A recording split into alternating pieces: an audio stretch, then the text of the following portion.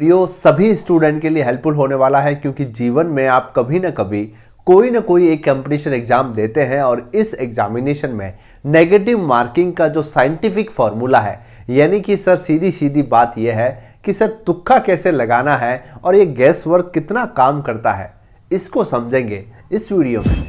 Hello everyone, welcome to my channel Sai academy. This is Himanshu. आप उस channel पे हैं जहाँ आपको pharma regarding news update, vacancy update, video lecture, study regarding video सब कुछ मिलता है आपको हमारे चैनल अमर साई अकेडमी। और अब से आप हमारी मोबाइल एप्लीकेशन डाउनलोड कर सकते हैं जहाँ फार्मासिस्ट एग्जाम की preparation, test series, study material सब कुछ अवेलेबल है। लेक्चर में बात करेंगे चाहे कोई भी कंपटीशन एग्जाम हो, चाहे वो रेलवे हो, एम्स हो, सर नेगेटिव मार्किंग को ध्यान में रखते हुए हम ज़्यादा से ज़्यादा क्वेश्चन कैसे अटेंड कर सकते हैं, इसके पीछे साइंटिफिक फॉर्मूला है। थोड़ा समझते हुए आगे बढ़ेंगे, कंप्लीट वीडियो सुनेगा, डेफिनेटली ये हेल्पफुल रहेगा। तो जैसा कि आप सभी जानते हैं, जब भी हम कोई भी कंपटीशन एग्जाम देते हैं तो उसमें काफ़ी बार हमारे पास बहुत सारी कंडीशन आती है।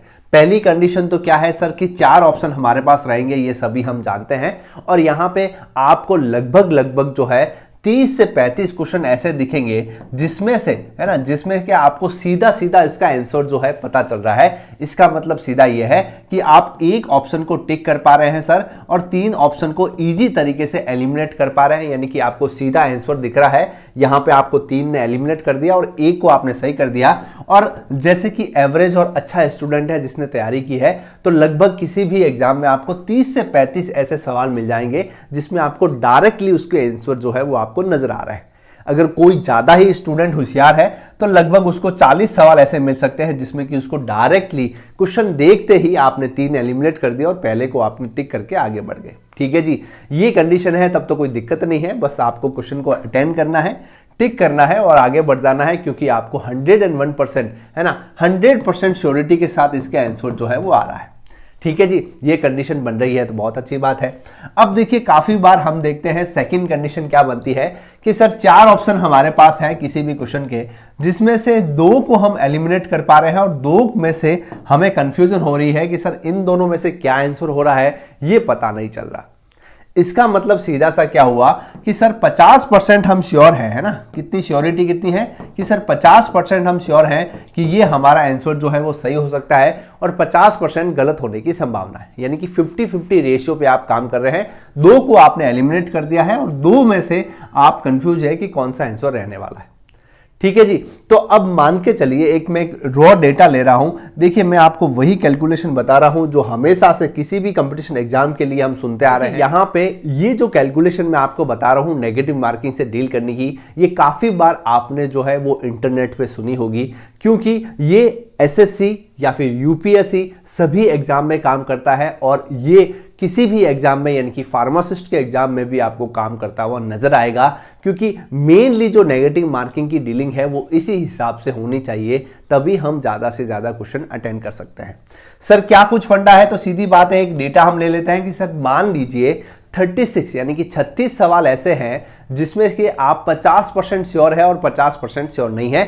मतलब कि यहां पे सीधी बात है सर 18 क्वेश्चन आपके सही होने की संभावना है और 18 क्वेश्चन जो है वो आपके गलत होने की संभावना है। सीधी सी बात है सर, 50-50 का रेशियो, यानी कि 36 ऐसे सवाल हैं तो 18 सही होंगे और 18 गलत होने की पूरी संभावना है। ठीक है, अब 18 सही हो गए और 18 अगर आपके गलत हो गए तो कितना हो गया सर, सीधी सी बात है, यहाँ पे आपके -6 हो गए, यानी कि आपका 18 - 6 यानी कि 12 सवाल ऐसे जो है वो आपके सही होने की पूरी पॉसिबिलिटी है अगर आप इन सारे 36 को अटेंड करते हैं। सीधी सी बात है, मतलब 12 क्वेश्चन जो है वो आपके सही होने की पॉसिबिलिटी है। ठीक है, कुल मिला के फायदा ही हो रहा है, नुकसान नहीं है।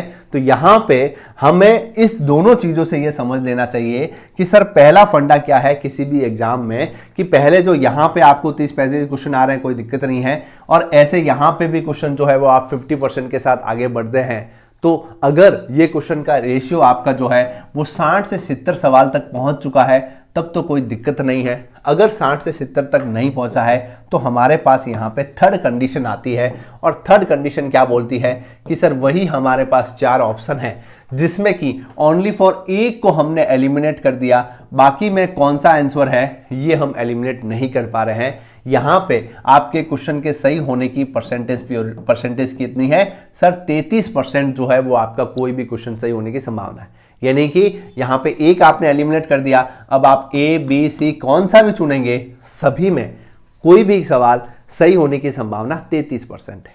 ठीक है, तो मान लीजिए फिर से कि ऐसे 36 सवाल हैं, तो सीधी सी बात है सर, यहाँ पे जो है वो 12 सवाल सही होने की संभावना है और 24 सवाल जो है वो आपके गलत होने की संभावना है। और यहाँ पे हम देख पा रहे हैं कि सर यहाँ पे है ना, 24 में 3 का भाग दीजिए 8 हो गया, तो 12 माइनस 8 बराबर आपके 4 सवाल जो है वो सही होने की पॉसिबिलिटी निकल के आ रही है। यानी कि यूं देखा जाए तो भाई सीधी सी बात है, लगभग 4 सवाल सही तो हो रहे हैं, बट ये संभावना आपको ज़्यादा से ज़्यादा अटेंड करने की तब जरूरत है जब इस कंडीशन में आपके सवाल 60 से 70 तक नहीं अटेंड हो पा रहे हैं, तभी आप नेक्स्ट तीसरी कंडीशन में आगे बढ़ें और यहाँ पे ज़्यादा रिस्क लेने की कोशिश करें। अल्टीमेटली यहाँ पे भी 33% के हिसाब से आपके सही होने के चार क्वेश्चन जो है वो सही होने के चांसेस निकल के आ रहे हैं।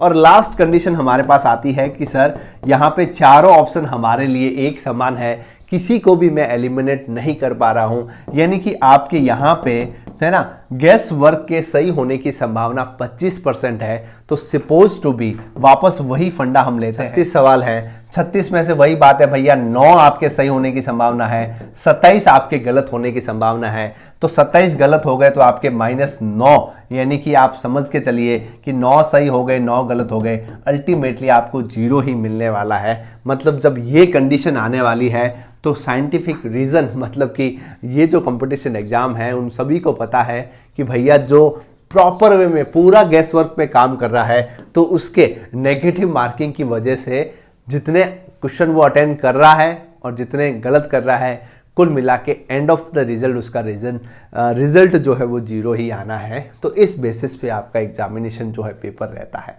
सिंपल सी कैलकुलेशन है, काफ़ी बार काफ़ी स्टूडेंट ने सुनी होगी, काफ़ी सारे कंपटीशन एग्जाम में हम देखते हैं। तो यही कुछ फंडा जो है हर वो फार्मासिस्ट एग्जाम में भी आप लागू करके समझ सकते हैं कि किस हिसाब से हमें काम करना है। सीधी सी बात है, ये कंडीशन है 100% श्योरिटी के साथ आप आगे बढ़ रहे हैं, कोई दिक्कत ही नहीं है, अटेंड करते जाइए।